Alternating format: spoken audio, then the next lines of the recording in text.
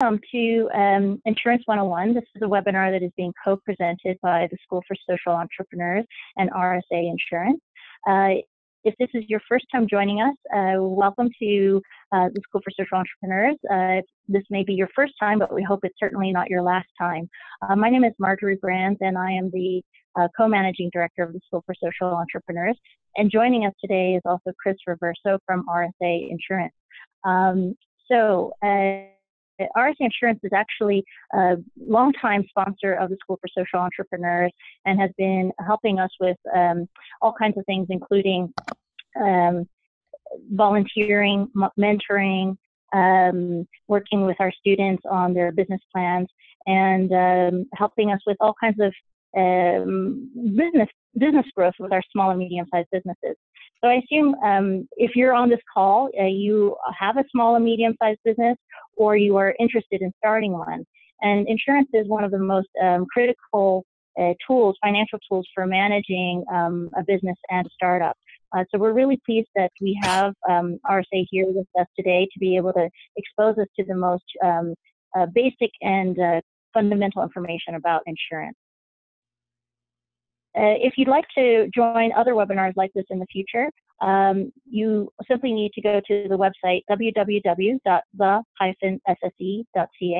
and on the top of the screen you'll see there is a link for courses and workshops, and you can go into that to find other webinars and in-person workshops like this one.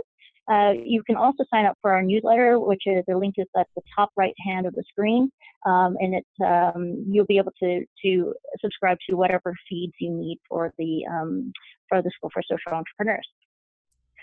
Just before we get started, I'd like to just go over some of the logistics for the call. If you are joining on your computer, by default you will be on your computer's audio. If you'd like to join in by phone, that's fine as well.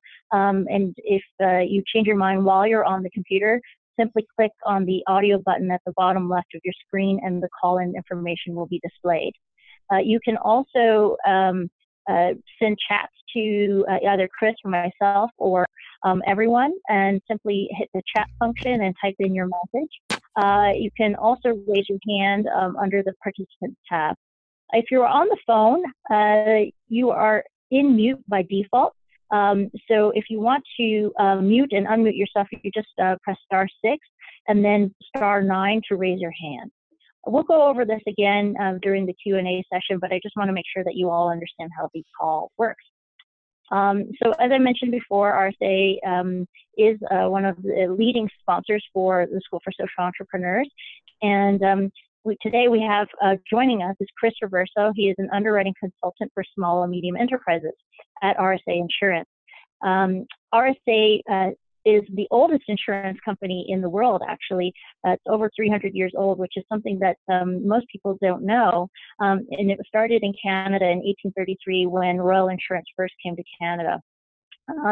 The company offers a wide range of products, insuring homes, cars, businesses, small and medium enterprises, and is one of the top 5 general insurance companies in Canada.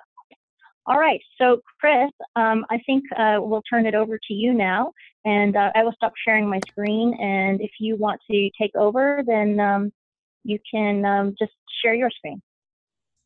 Yeah, great. Hopefully, can you hear me? Just want to make sure. I can hear you fine. Yeah, perfect. Okay. Just bear with me, everyone, here while we just get this set up. There we go. All right, Marjorie, thank you very much for that that introduction. I'm very happy to be here, and welcome to everyone on the phone. Hope you're enjoying this wonderful warm day if you're in Toronto or elsewhere.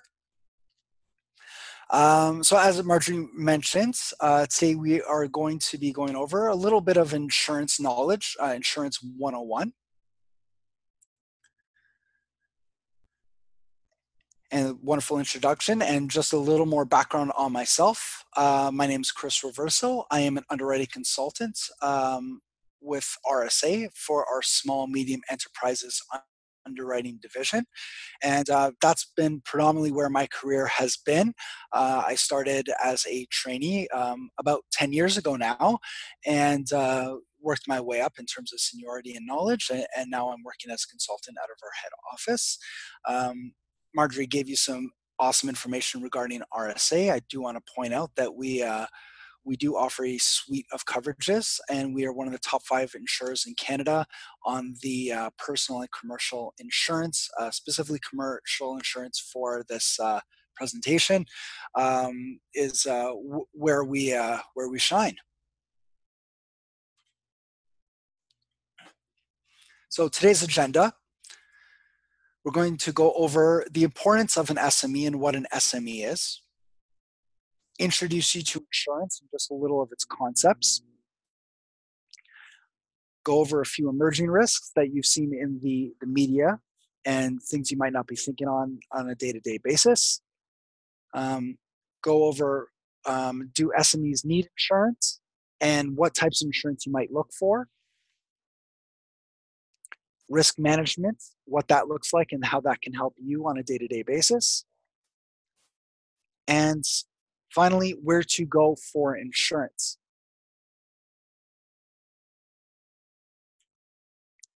So starting with importance of an SME. Well, from a national view, small businesses really run the Canadian economy. 99.7% of the 1.17 million businesses in Canada are small or medium enterprises, SMEs. And as you can see in the right-hand corner, the definitions, micro or 1 to 4 employees, a small business is 5 to 99 employees, and medium is 100 to 499 employees. So I know a lot of listeners today are in that micro to small range, and you are joining roughly 97.9% of all businesses in Canada. So really the Canadian economy runs on small businesses. Small businesses and micro businesses employ 8.17 million individuals in Canada, which accounts for roughly 70.5% of the total private labor force. And those micro and small businesses account for roughly 30% of the Canadian gross domestic product. So huge impact on the Canadian economy, and all this data was provided by Stats Canada. But what does that mean for insurance companies? Well, for insurance companies, small, medium enterprises are actually very important to us.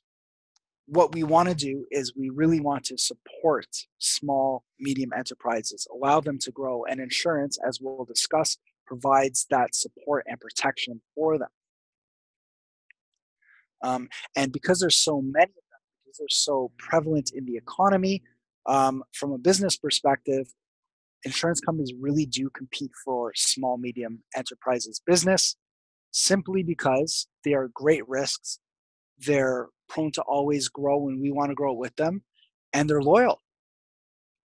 Small, medium enterprises only switch insurance providers about 6% of the time.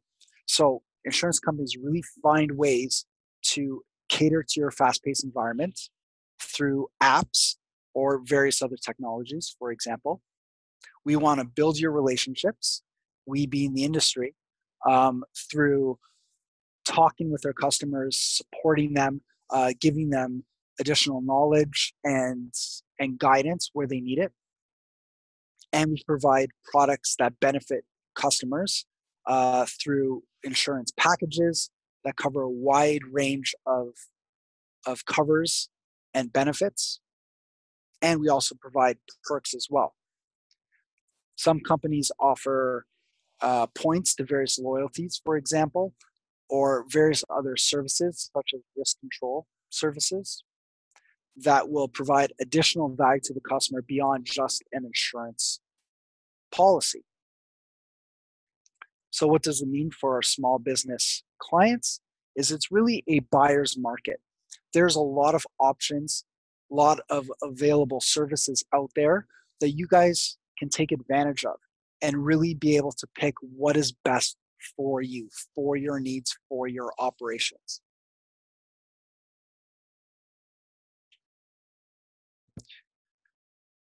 So many small businesses really start thinking when it comes to insurance to say, well, do I really need insurance? Do I really need to pay that premium when I've never had a claim before? Well, I can tell you that it's really important to actually have insurance in place.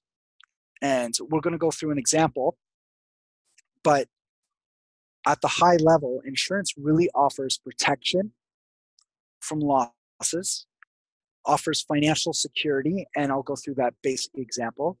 It removes uncertainty and allows you as a small business owner, whether you're a profit or nonprofit, to actually build and grow your business.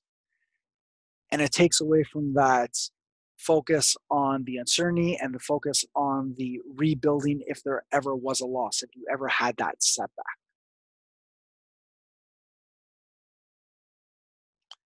So I did mention this, but every business faces the uncertainty of something called risk.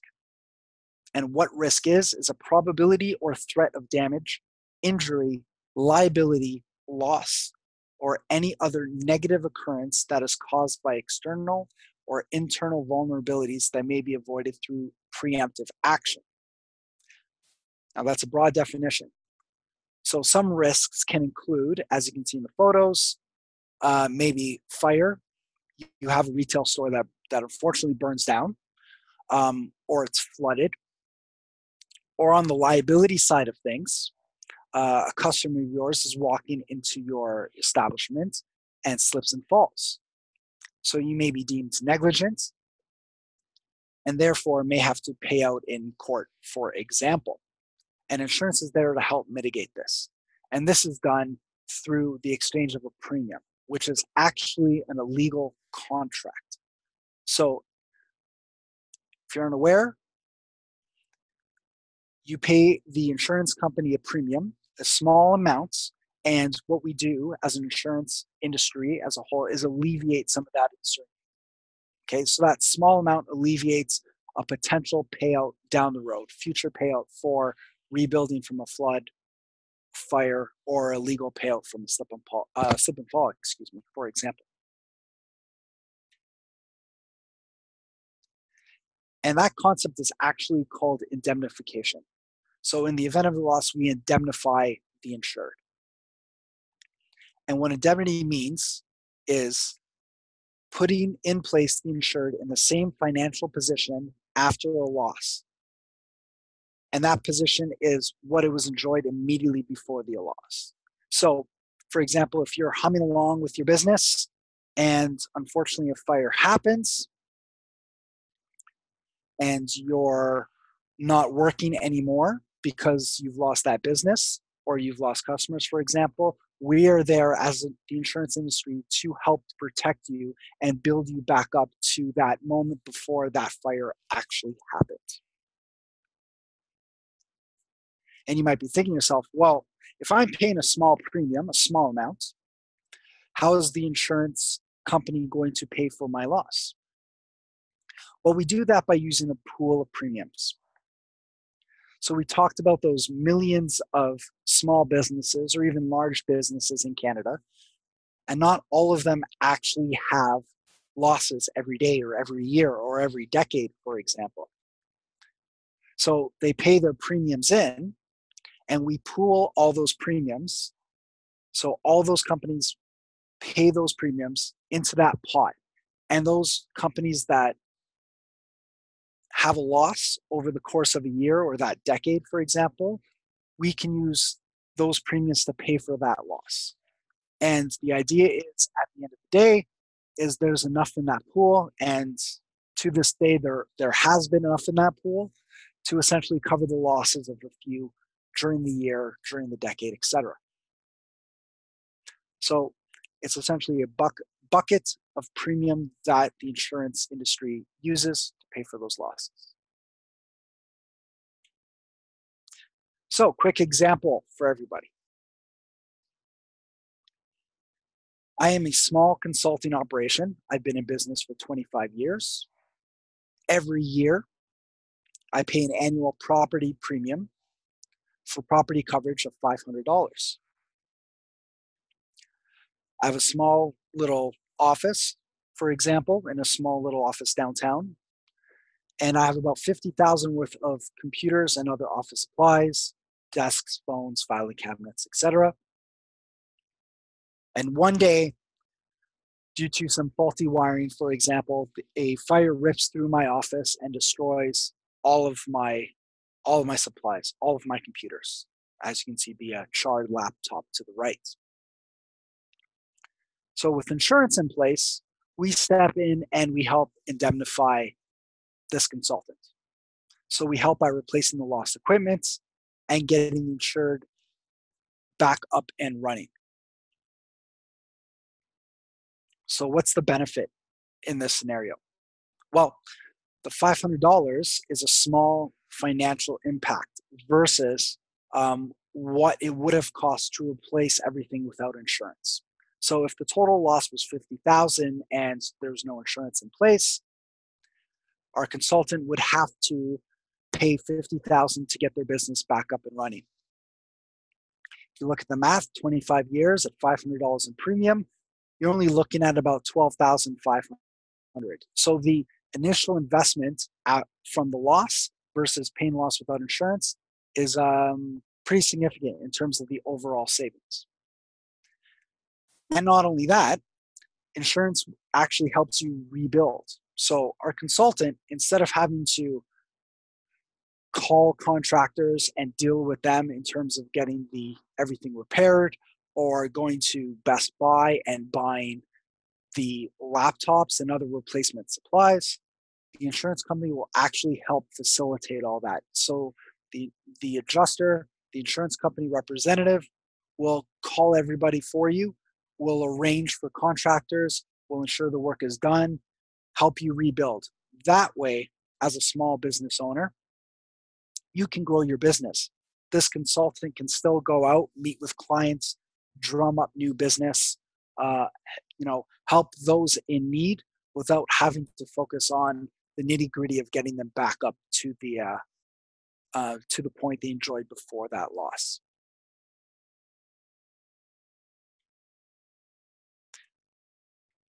So we've talked a little bit about risk already, a few examples, and the most common examples today really are your fire, your floods, your slip and falls on your liability side. But now I want to point your attention to things you might have already heard about in today's marketplace, in today's environment, that are really emerging risks. And in some cases, these will affect what you do on a day-to-day basis, depending on what your operation is, what your day-to-day work is. So just to point out a few, distracted driving. Everybody hears about this on the news. And it's actually true that those that are distracted in driving are 23 times more likely to get into some kind of accident. So if you're on the road a lot, for example, you may be hit by a distracted driver, or if you are distracted driving yourself, you may hit somebody else. So there's definitely an exposure there. There's a risk there that could affect your business, whether it takes your car into the shop for a few days and stops you from being able to work. So distracted driving is something you should always be aware of around you, and I do suggest you don't do it yourself as well. Want to be safe on the roads. Extreme weather events. Everybody knows about the floods from a few years ago in Toronto and Calgary. The Fort McMurray fires last year, or about a year and a half ago. That event itself cost 9 billion Canadian dollars to rebuild that community. And we expect these extreme weather events to happen more often. So as a small business, depending on where you are in the country, you may be exposed to an extreme weather event, and insurance helps you be prepared for that. Driverless cars are also in the news. You may have heard that there's been a few accidents down in California regarding these driverless cars. And from both the property damage and liability view, these things can potentially hurt people or damage other vehicles as well. And the technology just isn't there yet. It's getting there. I firmly believe we'll have, driverless cars in the next 5, 10 years. But because it's not perfect yet, we don't know exactly how this technology is really going to affect our day-to-day driving. So again, it's an emerging risk that we as insurance companies are taking view of. And for your own general knowledge and for your own potential driving habits, something you can keep in mind as well. Finally, drones. Now, drones are actually becoming very popular, not just as a recreational quote unquote toy, but being used in companies as well, whether that is as surveyors, photographers use them as well, marketers use them as well to market their products, or a real estate agent uses it for building photographs, etc. So they're constantly being used. And they're emerging risks because they're being used more often. There's more in the sky. There was an incident a few years ago regarding a impact with a flight in Quebec. Thankfully, nobody was hurt. There's also privacy issues with these drones. For example, those real estate agents photographing buildings, who's to say they don't accidentally take photos of people inside their units? So there's a privacy consideration there that is definitely being examined as this risk emerges.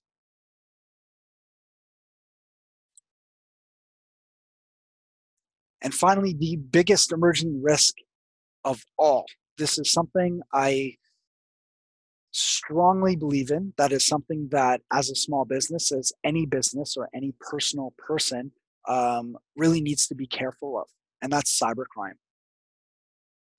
So cybercrime can affect your business in a variety of ways. A laptop that you're using could be stolen with critical data on it, whether it be your employees or your customers' data. A virus could knock out your computer and wipe out all your accounts, all your customers' data. If you are a manufacturer and you have plans for your product on there, could be wiped out, could be stolen by a hacker, for example, and any sensitive data can be destroyed.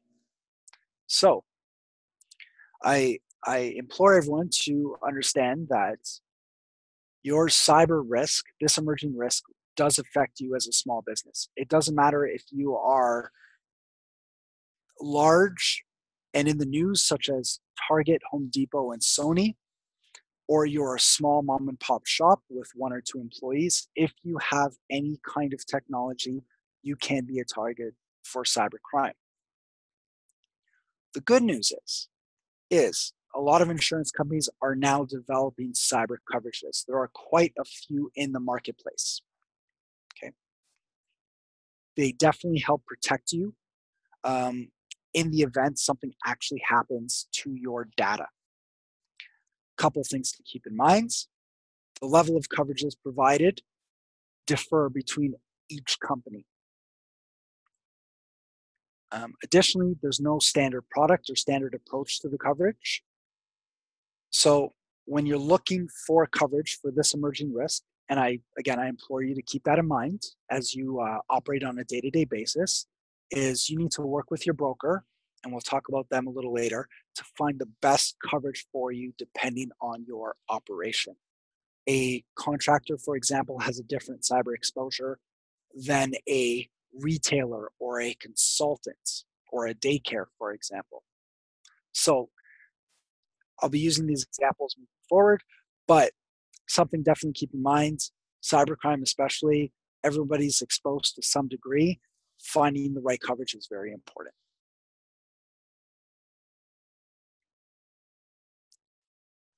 I've just used the words imploring when speaking about looking for insurance. But the reality is a number of small businesses do not actually carry insurance. And here are a few examples as to why. Many feels it's not necessary for the business. My personal opinion is it's very important. Or the business was aware, but they were too busy or just didn't get around to it. Well, going back to our consultant, for example, what if that consultant didn't have insurance in place and that fire happened? They'd be paying out $50,000 instead of their annual $500 premium, for example. So that's a good example as to why you should never be too busy to go and get your insurance coverage. Or they felt like they worked from home and it's covered by their household insurance. I can actually confirm with you that in some cases,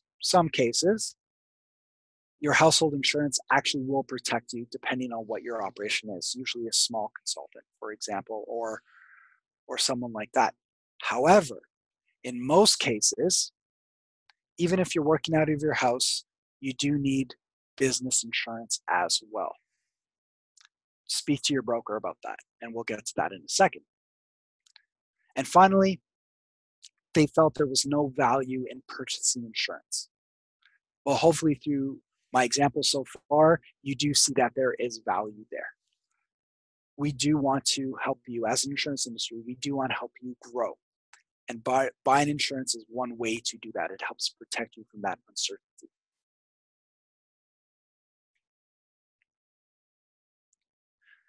So I'm going to go through some very common types of insurance now.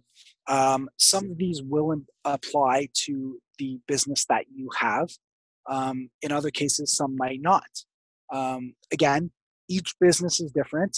Whether you are a profit or nonprofit, a lot of these may or may not apply. Whether you are a contractor or you are a consultant or a daycare or a manufacturer, some will apply, some will not. But again, these are some of the more common coverages that you will see that you might want to consider reviewing with your broker and potentially purchasing as well. In some cases, it's a legal requirement. For example, if you're a contractor, you are required to have workers' compensation insurance in place. If you use your car for any business reason whatsoever, whether that be transporting people to and from locations, whether that be driving to a work site or to a client, you are legally required to have insurance in place.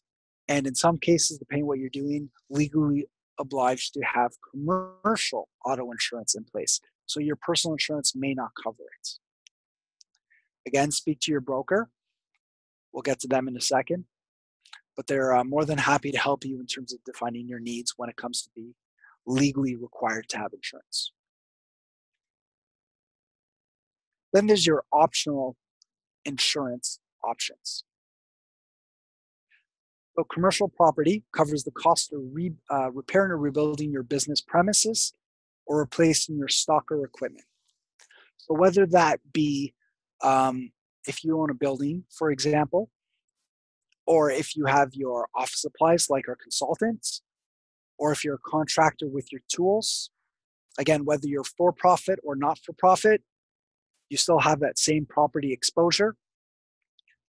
That's what this insurance coverage will help you help protect you from theft, from fire, from water, etc. Crime coverage is also available, and it will protect you from any theft by an employee or from a third party.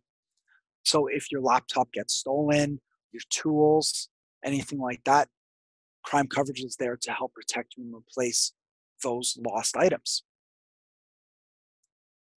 Business interruption coverage is definitely becoming a little more important these days, just because of the nature of business and how quickly the economy and just business in general really flows.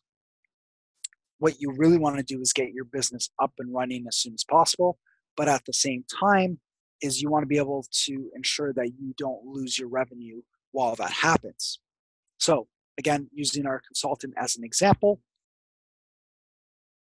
a fire burned down that consultant's office and they may be losing revenue because they can't do their work. Well, business interruption insurance essentially protects your business from that lost income. We will essentially replace, as the insurance company, that lost income, also repay some of your bills, etc. It's something to have until you get back up onto your feet. Very important.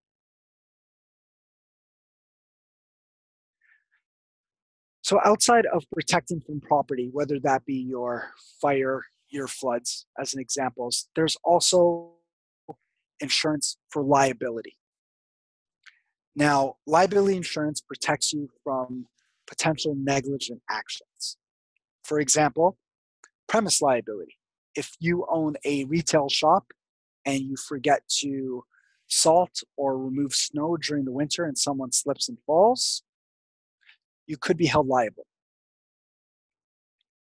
If you are off premises and you're working at somebody's home, if you're a contractor, for example, as you can see in the photo, someone puts a tree through a house, you could be liable based on negligence for your operational liability. If you are a manufacturer, you could be liable for the products that you manufacture. Or if you import, you could be liable for the products that you import. As you can see in the photo, we have someone wearing a new shirt, for example, that's causing skin irritations. Again, liability insurance, falls into this category, can help protect you. And finally, completed operations for your contractors out there. So if your business is a roof repair operation and you repair a roof of one of your clients, yet somehow a week later it starts leaking, liability insurance can actually protect you. Because of the leaking, damage occurs to our third-party house, to your client's house, and we will go in as an insurance company and help defend you if damage occurs. So the good news about liability insurance, not only does it help pay for any negligence you may have, whether that's a bodily injury or property damage, insurance companies will actually defend you if deemed negligent. So, for example, you have that damaged roof and you're deemed negligent, we will actually provide legal counsel and defend you in court if it goes that far, out of our technically quote unquote own pockets, in the event you need it. So if you didn't have insurance in place, you'd be paying all the damages plus all your legal fees. Insurance actually protects you from all of that.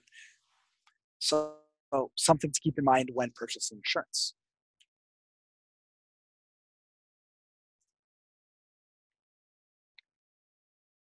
So for some of your operations, you might actually need specialty insurance.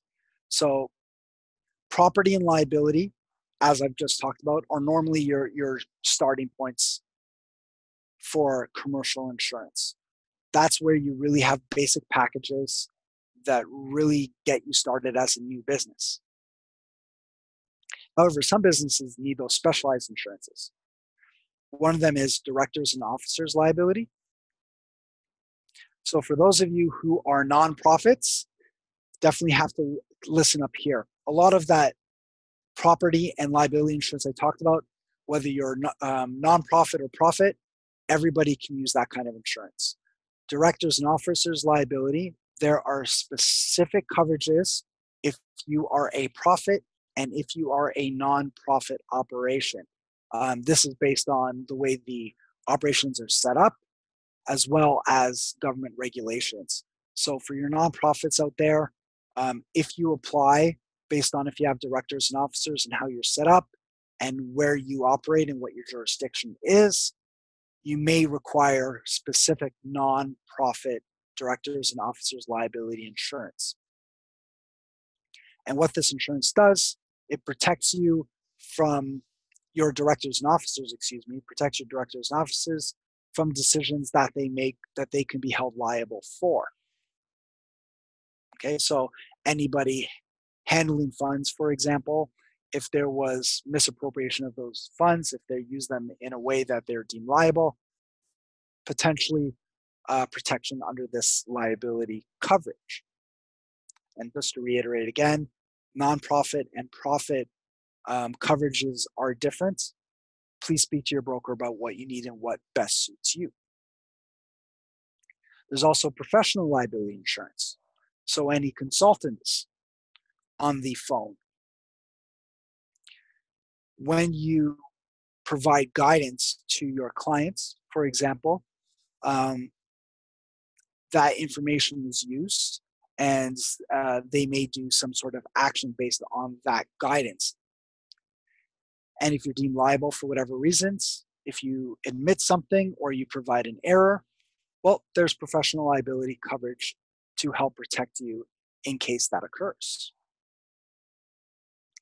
We did have one question come in regarding someone who is providing emergency guidance to their clients, and they were worried about liability insurance in the event that one of their clients does actually have an emergency, and if something potentially goes wrong during that emergency. Well, this is what you'd be looking for. Your errors and omissions coverage would protect you from the guidance that you provided to your clients. One example not listed as well is also abuse coverage. So in the event one of your employees, and I know this is a strong topic, but in the event that one of your employees does abuse, if you're working at a daycare, for example, or a senior's home as examples, and they are deemed liable in that case, there is insurance to cover abuse as well. So for those of you who have daycare operations, that was another question we had. Definitely this abuse coverage is something you might want to look into as well. Okay. So I've talked a lot about things you might experience and also what an insurance package and coverages might look like. But on top of all that, on top of some of the perks I mentioned, what insurers can actually help you do is provide risk management. And what risk management is identifying those risks you see in your business and help you manage them to make it easier to obtain insurance to begin with, but also protect you from things from actually happening. Ultimately, insurance is there to protect you, but if you can avoid a flood, for example, to begin with, or a slip and fall outside your business establishment, then it makes good business sense. We want to avoid that to begin with. As good as insurance is, and as much as it is there to protect you, avoidance sometimes is really the best way to go. So what risk management actually is an assessment of the risks that your business faces, and then it's followed by the development of ways to either eliminate or control the risks to prevent any of those setbacks from actually happening. So risk management can be helped along by an insurance company, but you can do this in your day-to-day operations. And how does that look like? Well, first things first.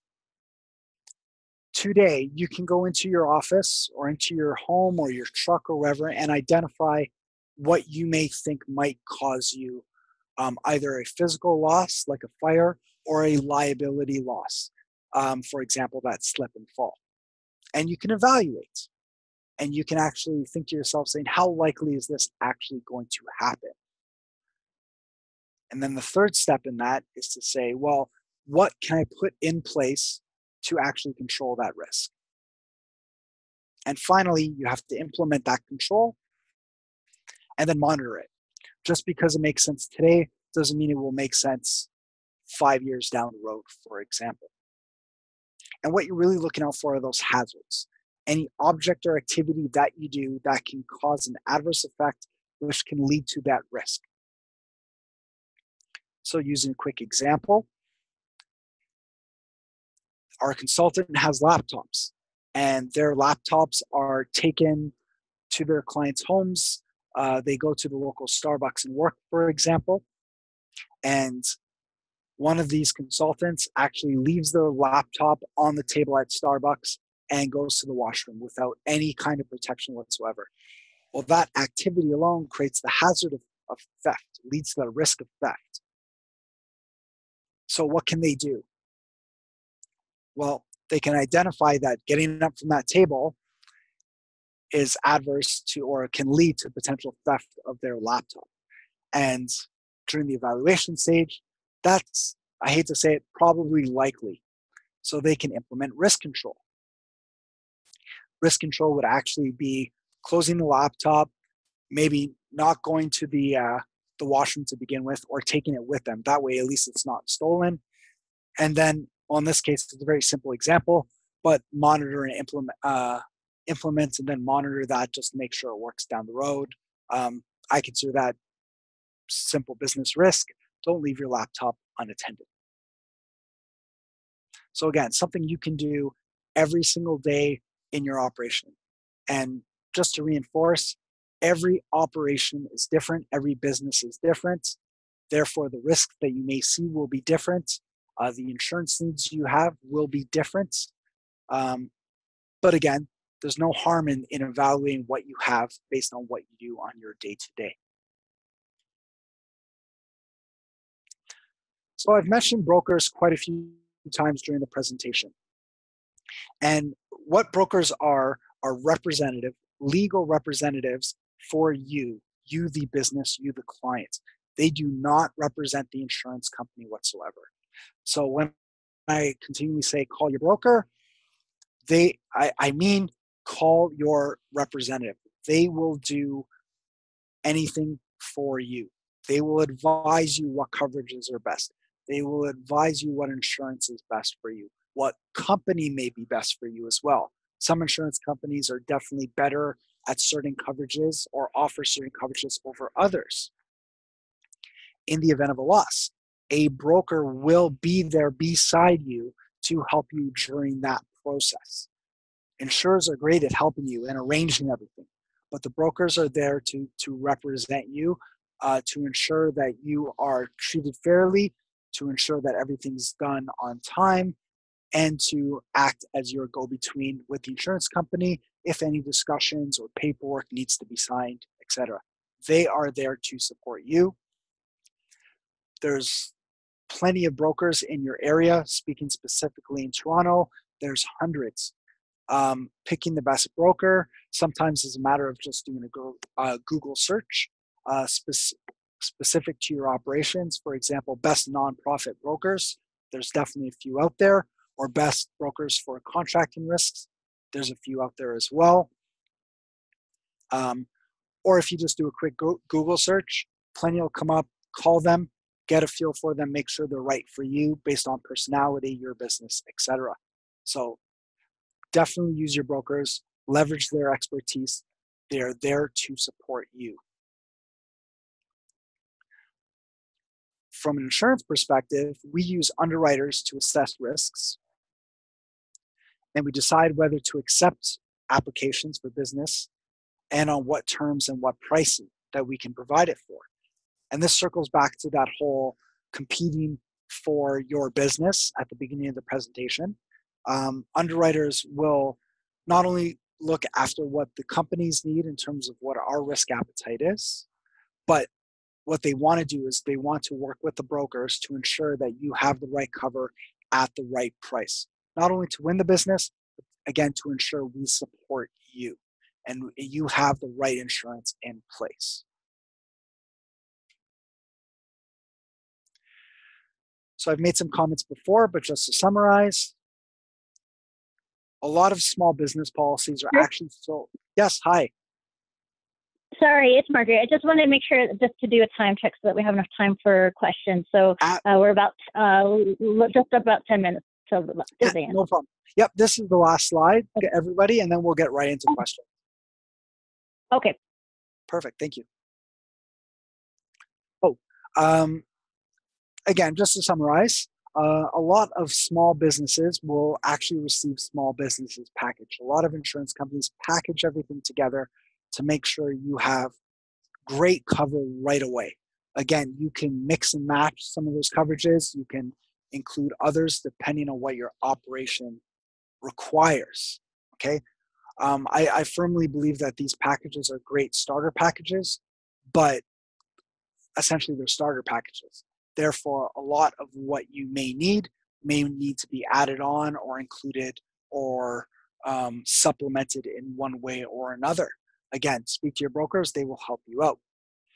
And again, these needs all factor on the nature of your business. Your revenues will define what premiums you pay as well as what coverages you can get, the number of people, and your insurance history also comes into play as well. Definitely something to keep in mind. So for example, if you've had a few slip and falls in the past, as an insurance company, we can help work with you to ensure they don't happen again in the future and we mitigate your loss. So on my last point, talk with your brokers, reach out to them, ask them any question you think you need, whether you think it is needed or not, whether you think it's stupid or not. Ask your brokers. They will help you answer any questions you may have. They will work with you. They will get you the right advice that you need, get you the right insurance in place, and represent you. So we're here to support you as an industry. And ultimately, we want to see you grow and we want to see you succeed as small businesses. And there's plenty of options out there for you. It's just a matter of speaking with your broker and finding what's right for you. Thank you very much. I know that was a lot of talking. Marjorie, I know we have a lot of questions as well. I tried answering a few of those additional questions during the presentation, but happy to hear what else we have. And anybody who's on the line, Marjorie will go through what you need to ask me. All right. Well, thank you so much, Chris. That was a really, really informative presentation. And you know what I really appreciated about it is the insurance industry is one of the few industries that I think is very, very naturally aligned with the goals of the social enterprise sector. Because if you think about the fact that the insurance industry was behind seatbelt legislation, this makes a lot of sense, because when fewer people die in car accidents, well, that's very good for companies' bottom line if they're doing life insurance, but it's also very good for the public. And this is where there's a really strong alignment between, us as social entrepreneurs who are trying to create good in the world, but we want to do it in a way that creates the least amount of risk for the people who are doing that work and for people who are going to be benefiting from our products. So with that, I think we'll transition to questions and answers. And I've done something to my screen such that now we're not seeing the the call logistics. So hopefully you can see that. Again, if you want to ask a question and you are on the phone, simply press *9 to raise your hand, and you can press *6 to mute and unmute. And then if you want to ask a question in the chat function, please do that if you are on your computer. So I will go back to Chris. Maybe we can go back to your screen, because I think your presentation actually there may be things that we want to refer back to. Sure, absolutely. So does anyone have a burning question right now? If not, we do have questions that people sent in over email.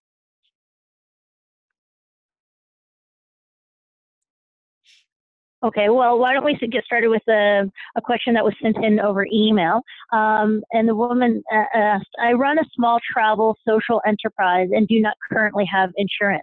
What insurance do I need to protect my company in case of liabilities, such as a trip, participant injury, or lawsuit? How can I find an insurer willing to work with a company in the launch or early stage? Yeah. So I'm going to start off that answer by saying, even if you are in the early stage, you don't have insurance yet, you're just developing your business, it's great. It's imperative that you get out and speak to your broker and work with them to develop even a very basic package to begin with, just so you are protected. okay, right away. In terms of the travel agency, you definitely want your liability, as you mentioned. Definitely your operational liability, maybe your premise liability if you have people coming to and from your office, operational as well.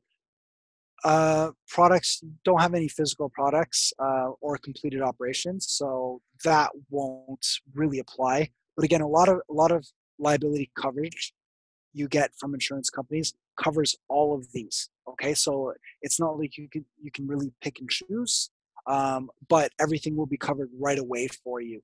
When it comes to participants, it really depends on the nature the of the types of trips that you're promoting.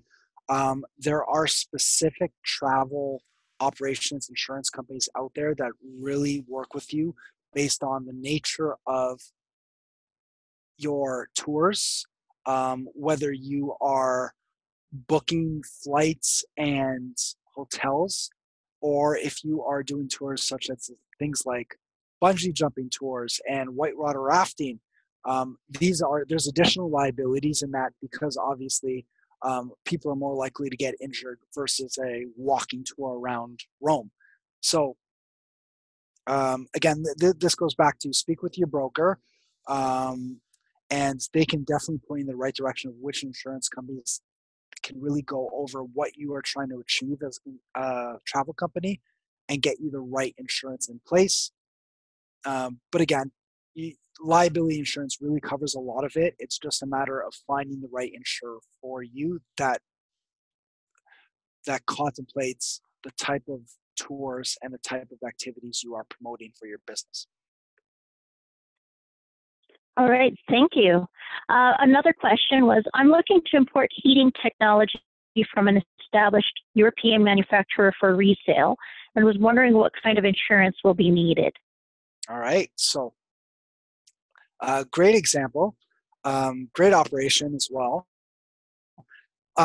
There's a lot. Let me try to go through a few of them with you. Since I'm on the perfect liability page right now, your product's liability is where you really going to start on that side of things. Heaters being the way they are, create heat, which and not to scare the listener or the business owner, but they do create heat and they could potentially start fires if people put a blanket beside them, for example. So you could potentially be liable there as well, and that's something you want to consider under your product's liability. If you have, or sorry, as these things are coming over from Europe, you can obtain coverage for transit. So as they're flown overseas, for example, or shipped overseas by boats, you could obtain property coverage for the stock while it's here, as well as any property you may have in terms of office or computers. Theft coverage could be important as well. Business interruption coverage as well. So, for example, if you were to sustain a loss here and some of your products were damaged, you'd have to wait for replacements to come in from overseas. And that's where that business interruption insurance would come in. Something you'd also really want to consider is contingent business interruption insurance. That's a specialized coverage, not usually provided on standard small business packages, but something you talk to your broker about if it's needed or not. And what that coverage actually does is provide some protection for the event of having your supplier, either they go out of business or a loss affects them. Say your supplier's manufacturing plant burns down, and then you don't have your products to sell, or you can't get any new products to sell. Contingent business interruption would be something you'd want to look at in that case. And Chris, actually, I mean, you mentioned extreme weather being an emerging risk, emerging risk, and we're seeing I'm seeing this in other sectors, but a lot of shocks to supply chains because precisely Yes. for what you're talking about, because we have such a globalized supply chain infrastructure, when we get extreme weather in one place, it actually can affect something very, very far downstream in another place. So that is something that is becoming more likely to happen. Yeah. I also just know a little bit about this particular business and wonder also about, distracted driving because as the contractors go around to be able to install these heating units, that's something that could potentially be a risk to the business. And then one Yes. other is that I've heard that some people are using drones to be able to identify where there are a lot of heat loss over buildings and to be able to identify good places to go sell technology that Yeah. improves the heat loss and other kinds of green technology. So I just thought that was kind of an unusual mix between emerging risk and a business. Yeah, exactly. And Marjorie, that's an awesome example. And for everybody on the phone is you'd be surprised where the new risks are coming from and where or how that affects your business. Yeah, using the drones for the heat, for example, is amazing.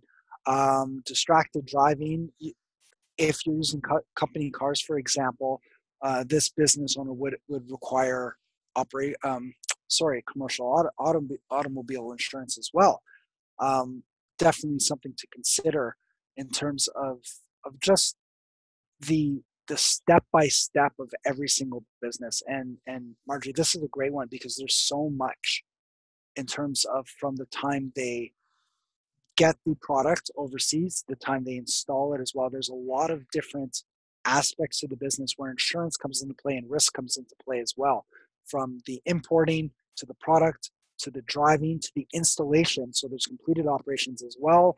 Um, it's all there, and this is stuff you can consider by yourself as a business owner. But again, your broker and your insurance company can definitely help you identify where exactly you have risks. Great, thank you. Well, we're at time, but I know that a couple of people were hoping that we would answer questions and then send the Yeah, recording. So Renyar had to leave, but I would like to make sure that we answer his questions. So could we do two more questions and then absolutely. we'll Yeah, call it a day? I have a few more Okay, minutes, thank but you. whatever you want. Yeah, absolutely. Oh, much appreciated. So his Yeah. question was, what kind of insurance is needed if you're running a before and after school program? So this doesn't sound like it's a daycare. I think my understanding is it's probably with a school. Yeah. Really depends what the program actually is. Definitely have some liability insurance. Your basic, where is it? Operational liability would be the one you're looking for.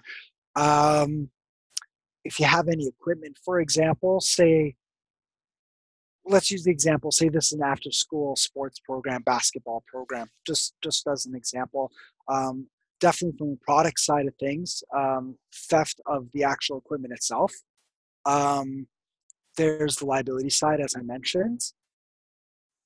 What else you might have? Uh, Potentially, if you have a lot of other employees, you might want abuse insurance. That might be something to at least consider. Um, if you're marketing, just to expand on this, say you're marketing and you have a website, cyber insurance might be something you might want to look at as well. Um, Participants insurance, depending on the basketball, you may need that. Some insurance policies may exclude sports from your operational liability. You may need a specific specialized policy for that. But Okay, thank you yeah, so much. that covers most of the high level in terms of your exposures for that risk and yeah. All right, and this is a very similar kind of question, though I think I know more about this particular student's business. Yeah. She's asking, do we need liability insurance to run workshops in partnership with settlement agencies? And so, the settlement agencies work with newcomers who are coming to Canada and are settling in Canada. Yeah. So this is a workshop. I think it's primarily non-physical. Like you're not, I don't believe she's, running basketball workshops with them. It's more Sure. conversational kinds of workshops. Okay, yeah. So in terms of conversational workshops, even if the settlement operation on the other side has their own insurance, um, Mm-hmm. you're still they're still responsible for their actions while they're conducting their own business. So you have your basic liability needs in place, depending on what kind of conversational aspects there are. So, for example, if they're offering advice on how to complete citizenship applications, I'm spitballing here a little bit, but they may need E&O insurance as well to cover any errors and omissions they may make during their conversational aspects. Mm-hmm. Okay, well, Chris, we're really at time, but I just want to thank you again for giving us such a highly informative presentation, and we will be sharing this recording with everyone who registered. So if you missed it and you didn't get a question answered, please feel free to email us, and we will pass that on to Chris and try to get an answer for you. Yeah. Thank you again, and everyone have a wonderful, wonderful summer day. Okay. Thank you, everyone. Really appreciate it. Have a great day. Thanks. Bye-bye.